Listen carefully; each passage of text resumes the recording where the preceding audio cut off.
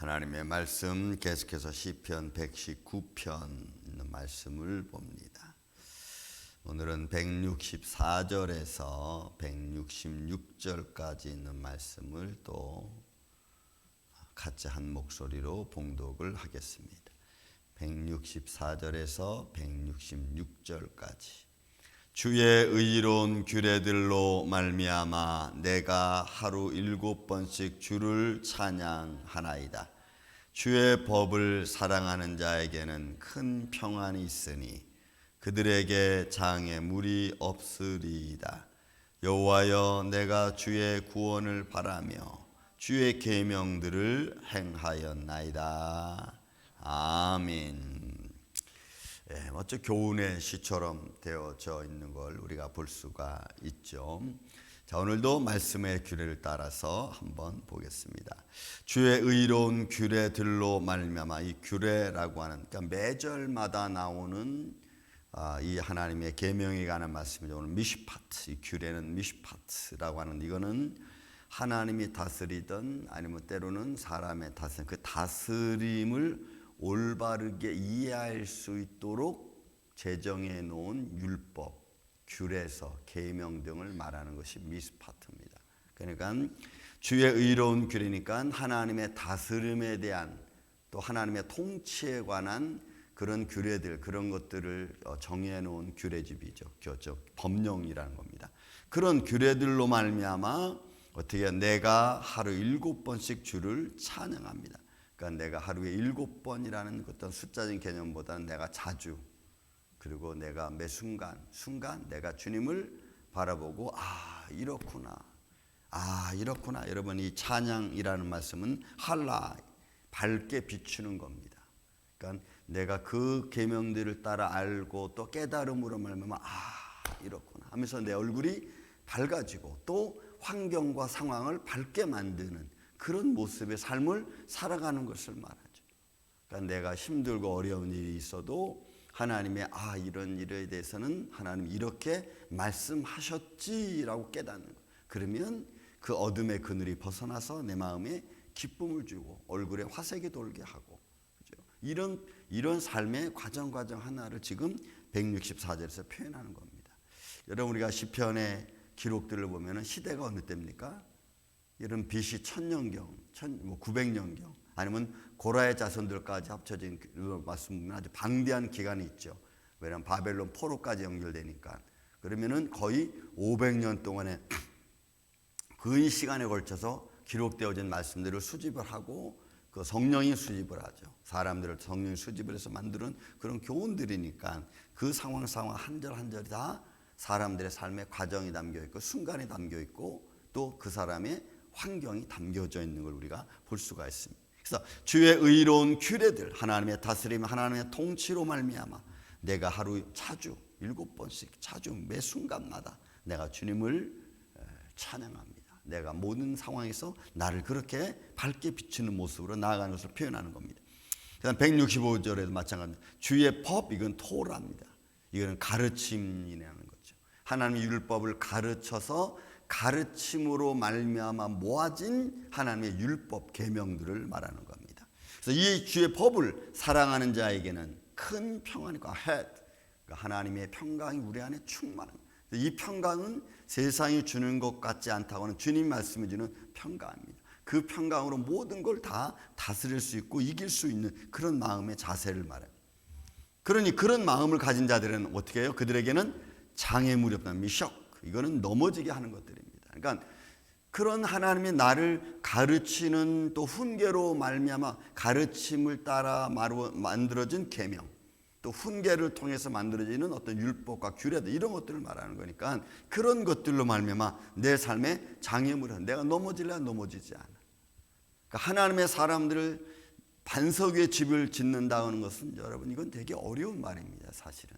왜냐하면 여러분, 반석에 집을 어떻게 짓습니까? 돌 위에 집 짓는다는 것이 여러분 결코 쉬운 일이 아니잖아요. 그런 믿음의 집을 지어감에 있어 하나님의 말씀과 규례와 가르침과 훈계는 아주 나의 삶을 든든하게 만들어주는 법령과 계명과 율법 같은 것이 될 수 있는 겁니다. 그러므로 여기서 주의 법이라고 했을 때는 토라를 가르침과 훈계로 말미암아 되어진 계명 이런 것들을 말해요. 그런 것들이 내 안에 평강을 주고 그 평강은 내 삶에 있어서 모든 장애, 나를 넘어지게 하는 것들을 넘어지지 않게 하는 것. 여러분, 우리의 삶에서 넘어지게 하는 것들이 주로 관계성에서 나타난 것들 아니겠어요? 감정으로 말미암아 것들이고, 사람과의 만남을 통해서 감정이 상하면은 그 감정 상한 것이 말씀으로 치료가 돼야 되는데, 말씀으로 위로가 돼야 되는데, 이 감정으로 잘못된 것은 자존심이라는 게 있어가지고, 여러분 이게 말씀으로도 치료가 안 돼. 우리 삶이 가만히 보세요. 제가 목회하면서 수많은 일들을 겪는 것 중에 말씀보다 더 중요한 게 감정이고 더 셉니다. 그래서 말씀의 법이 감정을 못 이겨. 그죠? 그래서 감정이 한번 쓰러지면 몇 달, 며칠이 걸릴 수도 있고, 뭐 한 달이 두 달이 걸릴 수도 있고, 아니면 그 감정 때문에 그죠? 교회를 떠날 수도 있고. 근데 여러분, 성경은 절대로 그렇게 말하지 않죠. 그런 인간적인 자기를 믿음으로부터 멀어지게 하는 것들로부터 나를 지킬 수 있도록 해주는 하나님의 말씀, 율법, 규례들 이런 것들이죠. 근데 실제적인 말씀은 이렇게 기록되어져 있는데 우리의 삶은 그걸 따라가지 못해. 뭐라고 말씀하니까 주의 법, 토라, 가르침과 하나님의 규례와 법령들은, 이 규례 법령들을 사랑하는 자는 그 평안이 나로 하여금 넘어지게 하는 것들로부터 나를 지켜준다는 거예요. 백리슈도 마찬가지입니다. 백리슈에 보면 여호와여 내가 주의 구원을 바라며, 예수와입니다. 구원, 예수와 하나님의 구출이죠. 그걸 내가 바라는 거, 샤바르. 이거 면밀하게 살피는 거예요. 면밀하게 아주 잘 살펴보는 겁니다. 그러니까 여호와여 내가 주의 구원, 예수 하나님의 구출해 주는 그것들을 내 면밀히 보는 거예요. 그러니까 하나님이 어떻게 나를 구원할까? 하나님 어떻게 나를 인도하시는가? 이런 것들을 살피는 거예요. 아, 이 상황 속에서 하나님 나를 어떻게 인도하실까? 아, 이 상황 속에서 하나님 나를 어떻게 해방해 주실까? 그리고 이걸 해결해 주실까? 이런 걸 가만히 보는 거예요. 그래서 여러분 저는 믿음의 사람들은 저는 하나님의 손길이 나의 삶에서 어떻게 역사하시는가를 깨닫는 순간이 가장 아름다운 순간이 아닐까 싶습니다. 이런 시편 1편 3절에 보면은 그는 시냇가에 심은 나무처럼, 그죠? 철을 따라 열매를 맞으며 그의 손이 하는 모든 것들이 다 형통하리다고 이렇게 했거든요. 그러면 내 손이 형통한 길로 가려고 한다면, 그러면 하나님의 인도하심을 잘 관찰하고 면밀하게 바라보고. 왜? 우리는 혼동될 때가 많거든요. 혼동될 때가 많아요. 예를 들어 우리는 이런 말을 합니다. 내가 막 면밀하게 살펴서 막 시간을 살피고 막 이렇게 믿음의 길을 걸려고 그러면, 야, 하나님은 그렇게 쫀쫀하신 하나님이냐? 하면서 그렇게 면밀히 살펴보려고 하는 마음을 팍 무너뜨려. 야, 그런 하나님이 쫀쫀한 하나님인데 우리가 그렇게 한다고 뭐 더 좋냐? 뭐 이런 말이죠. 여러분, 그게 아니고, 쫀쫀한 하나님이 아니고 내가 면밀하게 잘 살펴서 더 하나님의 은혜 가운데 거하고 잘 살펴서 내가 시험 걸리지 않도록 하는 거거든요. 속이 좁은 게 아니고. 그래서 바란다는 것은 바로 샤바르, 이건 면밀하게 살피는 거예요. 주도 있게 하나님의 구원의 손길이 어떻게 이루어지는가, 하나님 나를 어떤 길로 인도하고 계시는가, 하나님에게 어떤 지혜를 통해서 이 과정을 넘어가게 하시는가, 이런 것들이. 여호와여 내가 주의 구원을 바라며 주의 계명들 미츠와, 이거는 이 계명은 매매 증서와 같은 겁니다. 반드시 기록되어져 있는 것. 사람에게 있어서 매매 증서와 같은 의미를 가지고 있는 계명입니다.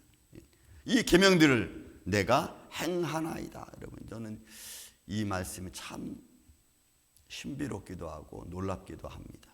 왜냐하면 보세요, 하나님의 구원을 면밀히 살펴서 그렇게 하나님의 계명의 말씀대로 살아가는 행위가 아사 만드는 거예요. 창조하는 거예요. 새롭게 하는 거라는 거죠.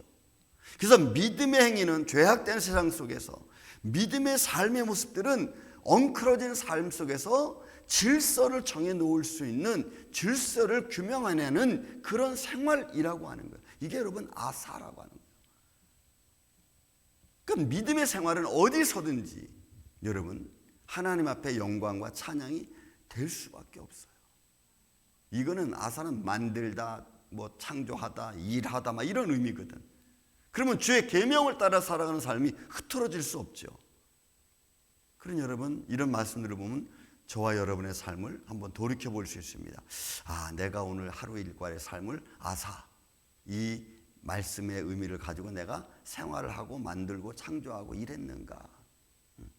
그 안에 하나님의 구원의 손길이 있고 또 그 안에 하나님의 영광이 있고 하나님의 계명이 증거되어질 수 있는 그런 삶의 모습들이에요. 그러니 우리는 매 순간순간 하나님의 계명의 말씀들을 잊어버릴 수 없는 겁니다. 그 말씀이 나의 힘이고 평강이고 능력이고 또 나를 세상 그늘 안에서도 밝게 빛나게 비춰주는 그런 능력의 말씀이기 때문에 오늘도 우리는 또 어떤 일을 만날는지 모릅니다. 어떤 곳에서 여러분 아사 하나님의 말씀의 계명을 따라서 창조의 일을 또 하나님 기뻐하시는 일을 만들어갈지도 모릅니다. 저는 그런 모습들이 우리의 삶의 저는 전부가 되기를 저는 예수님의 이름으로 축원을 드립니다. 기도하겠습니다. 사랑과 은혜가 많으신 아버지 하나님, 오늘도 말씀을 따라 고백되어지고 있는 구절구절을 바라봅니다. 주님의 말씀이, 주님의 통치가, 주님의 다스림이 오늘 우리 안에 충만케 하여 주옵소서. 어느 순간 어떤 생각들이 우리를 하나님으로부터 멀어지게 할 줄 모릅니다. 어느 순간 어떤 사람과의 만남을 통해서 하나님의 평강을 잃어버리게 될지도 모릅니다. 때로는 오늘도 하나님의 손길을 바라봐야 되는데도 불구하고 또 세상의 유익에 치우칠 때도 있을지 모릅니다. 주님, 이런 과정 순간순간 우리의 삶을 면밀하게 살펴서 하나님의 영광을 드러내고 또 주의 일을 감당해낼 수 있는 주의 종들, 자녀들 되게 하여 주시옵소서. 우리의 믿음이 식어지지 아니하고 주님을 찬양할 수 있는 그런 밝고 아름다운 복된 하루가 되기를 원합니다. 성령님이 함께하여 주시고 오늘도 십자가를 바라보며 믿음의 길을 걸어가는 모든 성도들에게 이 은혜의 손길로 저들의 마음속에 주의 말씀과 성령으로 충만케 하여 주시옵소서. 원하옵고 예수님 이름으로 감사하며 기도하옵나이다. 아멘.